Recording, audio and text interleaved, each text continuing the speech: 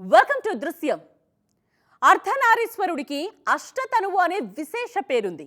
అంటే 8 దేహాలు కలిగిన వాడనే అర్థం. జలం శివుడి శరీరంలో భాగం. నిత్యం నీటిలో ఆ స్వామిని దర్శించుకోగలిగితే అది శివ పూజ అవుతుందంటారు. దేవభూమిలో జరిగే చార్ధామ్ తీర్థయాత్ర అలాంటి పవిత్ర నదుల గుండానే సాగుతుంది. అయితే అదే ప్రాంతంలోనే ఉండి అంతగా ప్రాచుర్యానికి నోచుకొని చోటా అమర్నాథ్ యాత్రే ఇవాల్టి దృశ్యం.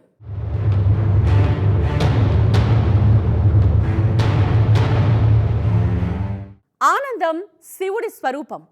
శివతత్వాన్ని అధ్యయనం చేయడం అంటే అచ్చమైన ఆనందంతో పరిచయం పెంచుకోవడమే. చోటా అమర్నాథ్ విశేషాలేంటో తెలుసుకునేందుకు వెళ్ళిన మాకు ఆధ్యాత్మిక తీర్థయాత్ర పరమ ఉద్దేశాన్ని చాటేలా చేసింది. హిమాలయాల్లోని ప్రఖ్యాత అమర్నాథ్ మంచు శివలింగాన్ని పోలిన చోటా అమర్నాథ్ను చూపేలా చేసింది.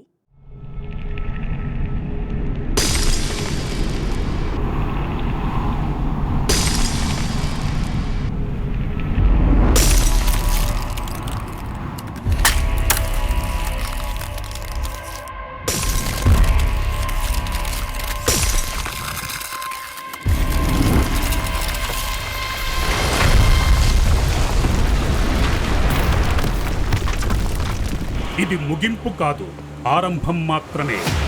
ఒక చారిత్రాత్మక ఆవిష్కరణ, ఓ పౌరాణిక సంఘటన తాలూకు నిగూఢ ఆధారాల గురించి. కొందరు దాన్ని అద్భుతం అంటారు, మరికొందరు ప్రకృతిలో మార్పుగా చెబుతుంటారు. అందులో నిజమేంటో తెలుసుకునేందుకే అక్కడికి బయలుదేరాం. भारत चीन सीमा पर हिमालय की गोद में एक अजीब सी हलचल देखी गई है। बताया जा रहा है कि चट्टानों का सीना चीरकर बर्फ का एक शिवलिंग जन्म ले रहा है। वहां एक छोटा सा गांव भी है और गांव के लोग उसे बाबा बर्फानी का नया अवतार बताते हैं।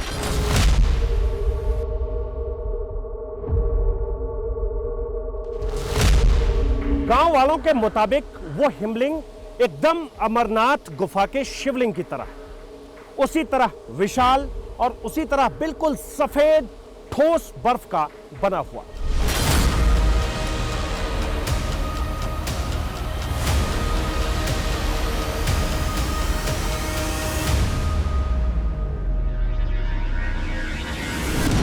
क्या ये कुदरत के किसी बड़े बदलाव का संकेत है या कोई ऐसी पौराणिक कथा का साक्ष्य जन्म ले रहा है जिसके बारे में या तो कोई नहीं जानता या फिर वक्त के साथ उसे भुला दिया गया।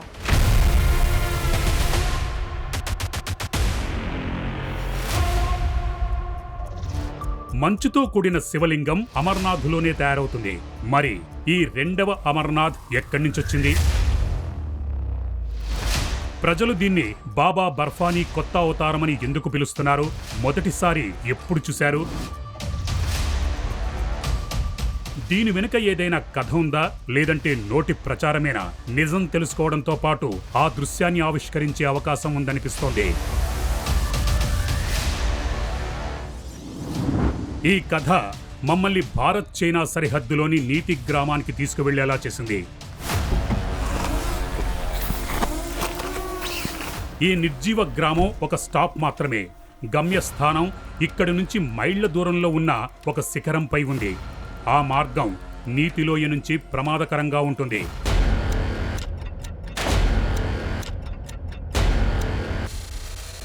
శీతాకాలంలో మంచు కారణంగా గ్రామస్తులు దిగువన ఉన్న సురక్షిత ప్రాంతాలకు వెళతారు.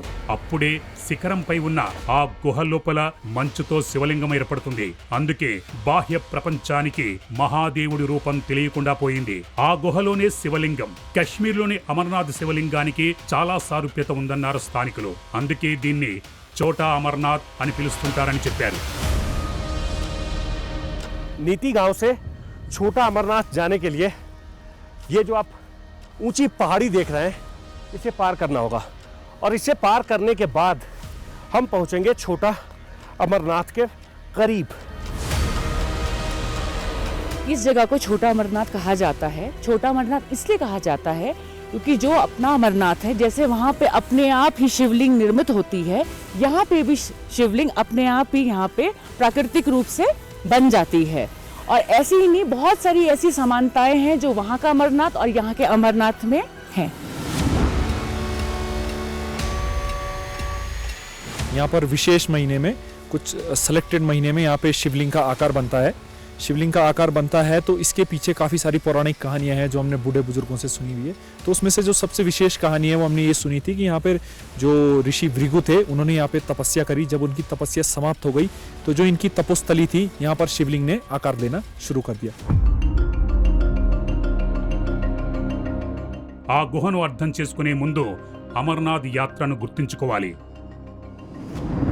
జమ్మూ కశ్మీర్లోని అనంతనాగులో దాదాపు 12,500 అడుగుల ఎత్తులో ఒక పెద్ద గుహ ఉంది. నమ్మకం ప్రకారం ప్రతి సంవత్సరం మహాదేవుడు గుహ లోపల మంచు రూపంలో కనిపిస్తుంటాడు. శివుడు ఈ గుహలోనే పార్వతికి అమరత్వం కథను చెప్పాడని నమ్ముతారు. పౌరాణిక నమ్మకం ప్రకారం ఇక్కడ తపస్సు చేసిన భృగు మహర్షి మొట్టమొదట ఈ గుహను చూశాడు. కథ మాత్రమే కాదు, 2 ప్రదేశాల భౌగోళిక స్థానాలు కూడా ఒకేలా ఉంటాయి. కానీ అన్నింటికంటే మమ్మల్ని ఆశ్చర్యపరిచిన అంశం మంచుతో తయారయ్యే సహజ శివలింగం. ప్రపంచంలో ఇప్పటి వరకు అమర్నాథ్లోనే ఏర్పడేది. వేరే ప్రదేశంలో ఏర్పడుతున్న ఆ శివలింగాన్ని మొదటిసారిగా చూడబోతున్నాం. అది కూడా అమర్నాథ్లో ఏర్పడినట్టుగానే ఇక్కడే ఏర్పడుతుంది.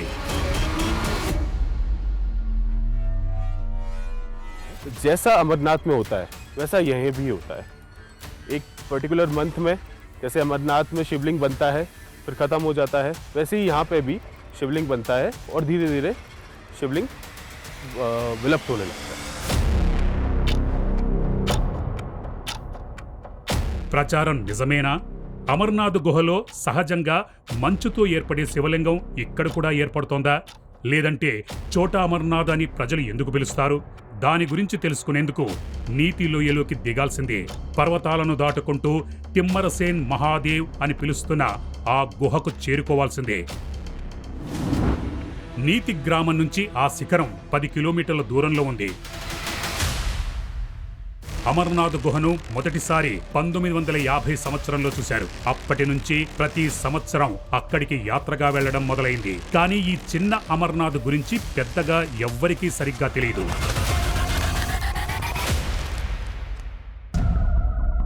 అమర్నాథ్ గుహలో ఘనీభవించిన మంచుతో శివలింగం కనిపిస్తుంది.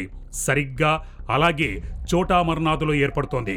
అమర్నాథ్ గుహ సముద్ర మట్టానికి దాదాపు 12,756 అడుగుల ఎత్తులో ఉంది. చోటా అమర్నాథ్ కూడా ఇంచుమించు 12,500 అడుగుల ఎత్తులో ఉంది. భృగు మహర్షి అక్కడ తపస్సు చేశాడు. ఇక్కడ అలాంటి కథే వినిపిస్తోంది. అమర్నాథ్ యాత్రా స్థలాల గురించి వినే కథనే చోటా అమర్నాథ్ మార్గంలోనూ వినబడుతోంది. ఎదురుగా నది ప్రవాహం కనిపించింది. ఇందులో చిన్న మంచు ముక్కలున్నాయి. అంటే ఆ గుహ దగ్గరలోనే ఉంది.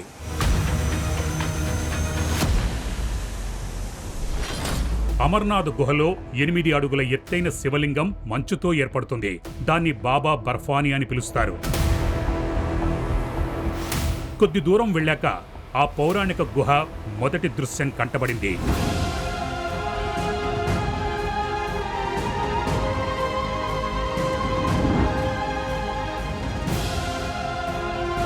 మా అడుగులు వేగంగా ముందుకు కదిలాయి. మొదటి చూపే మమ్మల్ని దిగ్భ్రాంతికి గురిచేసింది. ఒక విషయం గమనించారా? ఇక్కడ గుహలో తప్ప చుట్టూ ఎక్కడా మంచు జాడే లేదు.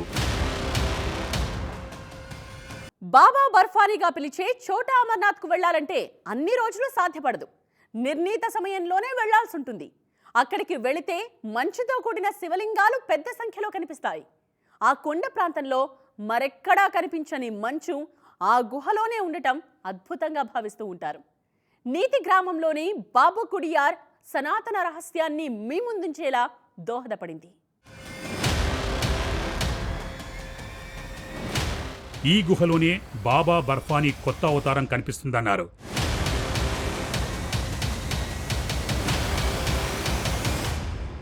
సురక్షితం కోసం గుహ దగ్గర ఇనుప చువ్వలు ఏర్పాటు చేశారు. ముందుకు కదిలాం.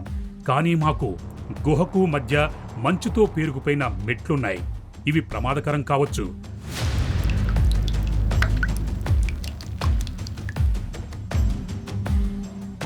అందుకే మార్గం కోసం మంచును బద్దలు కొట్టాం.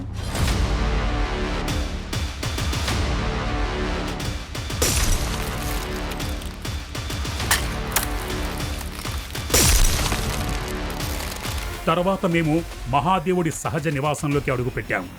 దీన్నే ప్రజలు చోటా అమర్నాథ్ అని పిలుస్తున్నారు.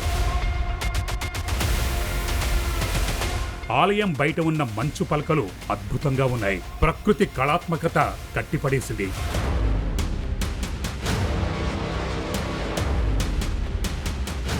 ప్రతి దృశ్యం గ్రామస్తులు వర్ణించినట్టుగానే ఉంది. बहुत बड़ी गुफा है, उसके जो शिवलिंग से बर्फ की जो धाराएं गिरती है, जो मतलब बर्फ से जो शिवलिंग बनते हैं वो तो ऐसा लगता है जैसे शिव जी के जटा से जो पानी गिरता है ना, गंगा की धारा, ऐसी वहाँ पे भी है. बहुत सुंदर जगह है. గోడలపై ఉన్న మంచు ఆకారాలు కళాకృతుల్లా కనిపించాయి. వీటిలో కొన్ని శివలింగంలా ఉన్నాయి.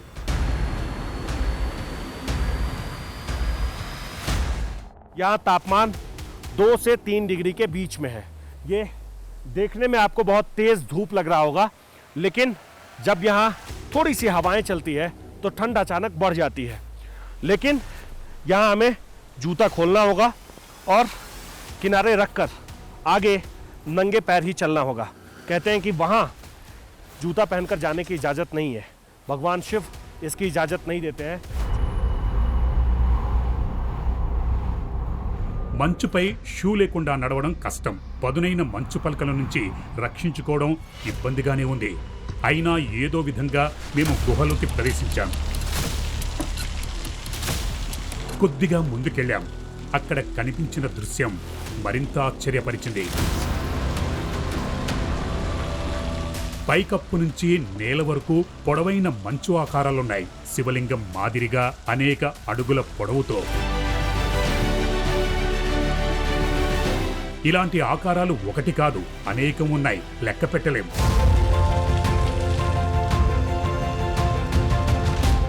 ఇవే ఆ ఆకృతులు. వీటిని చూసే చోటా అమర్నాథ్ అంటున్నారు.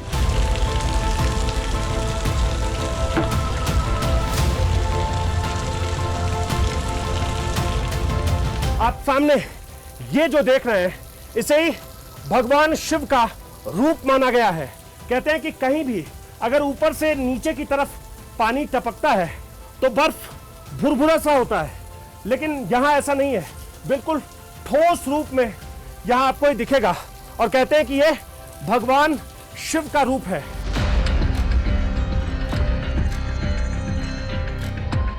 గుహ మొత్తం శివుని రూపాలతో నిండిపోయింది. ప్రతి మూల, ప్రతి గోడపై, ప్రతి పైకప్పు మీద శివలింగాలున్నాయి.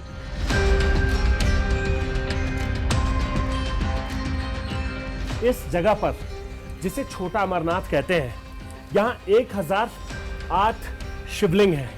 ये आप देख रहे हैं 1 2 3 4 5 6 छोटे बड़े तकरीबन 10 से 15 शिवलिंग ठीक हमारे सामने हैं. और लोग ये मानते हैं कि ये जो हिस्सा आप देख रहे हैं, ये जो बर्फ का आकार ऊपर से नीचे की तरफ आपको दिख रहा होगा, इसे भी ये माना गया है कि ये भगवान शिव का रूप है. और कहते हैं कि यहाँ के पत्थर पत्थर में, यहाँ के बर्फ के हर एक टुकड़े में भगवान शिव बसते हैं.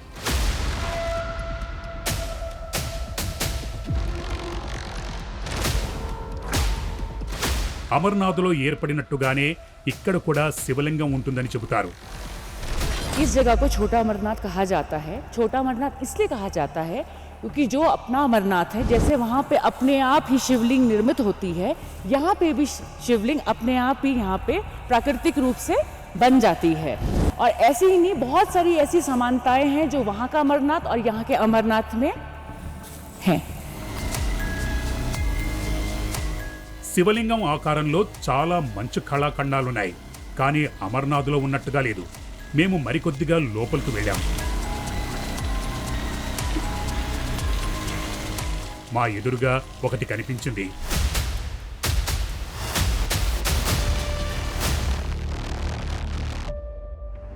कहते हैं कि जैसे अमरनाथ में शिवलिंग उत्पन्न होता है, शिवलिंग का निर्माण होता है, ये दीवार से पानी रिसने के बाद बर्फ एक आकार लेती है और आकार लेने के बाद शिवलिंग जैसा दिखता है।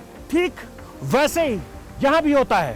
यहाँ वैसे ही दीवार से पीछे से पानी रिसकर आगे की तरफ आता है और ये कुछ दिनों तक बिल्कुल बुलबुला जैसा बनता है और फिर बाद में ये बर्फ का एक ठोस आकार आपको दिखेगा और फिर ये शिवलिंग का आकार ले लेता है। इसे ही लोग अमरनाथ कहते हैं, छोटा अमरनाथ कहते हैं।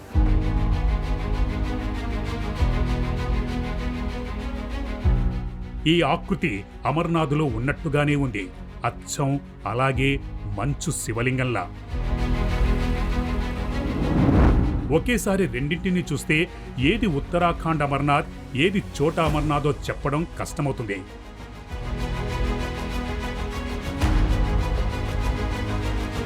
अमरनाथ में कहते हैं कि 9 से 10 फीट तक का शिवलिंग बनकर तैयार हो जाता है, लेकिन यहाँ 4 फीट तक का शिवलिंग ऐसे ही बनकर तैयार हो जाता है। ये आपको ऊपर से कैमरे में आपको भले ही ये देखने में छोटा लग रहा हो, लेकिन यकीन मानिए 4 फीट लंबा ये शिवलिंग है और कहते हैं कि यही कारण है कि इसे छोटा अमरनाथ कहते हैं।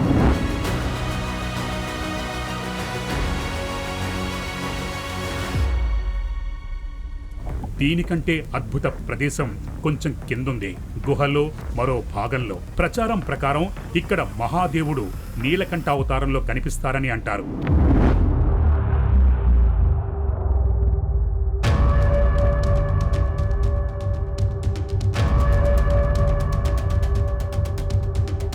మంచు నీలం రంగులో కనిపించడం వెనుక సైన్స్ ఉంది. అందుకే మంచు రూపంలా ఘనీభవిస్తుంది.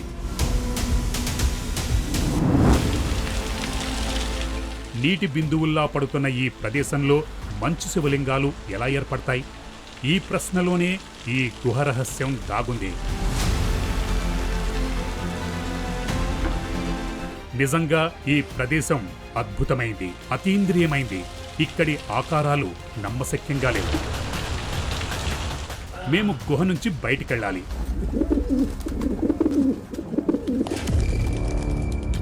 అప్పుడే ఓ స్వరం మమ్మల్ని విస్మయానికి గురిచేసింది. మేము నమ్మలేకపోయాం. పావురం లాంటి పక్షి గొంతులా ఉంది. కానీ ఇది ఎలా సాధ్యం? మా ఆలోచనలు, అవగాహన, అంచనాలు అన్నీ తప్పుగా తేలింది.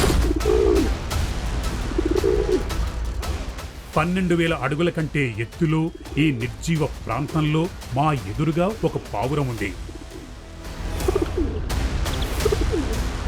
చోటా అమర్నాథ్గా పిలుస్తున్న ఈ గుహ, దీని కథ కశ్మీర్ అమర్నాథ్ మాదిరిగానే కనబడుతోంది. అక్కడ అమర పావురాల జంటను చూడొచ్చని చెబుతారు. ఇక్కడ కూడా ఒకటి కనిపిస్తోంది. పావురం ఉండటం యాదృచ్ఛికం కావచ్చు, కానీ ఇది చాలా వింతగా అనిపించింది. మరో పావురం కోసం కూడా వెతికాం, కానీ ఎక్కడా కనిపించలేదు. మేము ముందే చెప్పాం, కథలు కల్పితం కావచ్చు, దృశ్యాలు అబద్ధం చెప్పవు. ఈ ప్రాంతమంతా మంచు లేనప్పటికీ ఈ గుహలో మాత్రం మంచుతో కూడిన శివలింగం ఉండటం నిజంగా రహస్యమే. అందుకే స్థానికులు దీన్ని చోటా అమర్నాథ్గా పిలుస్తుంటారు.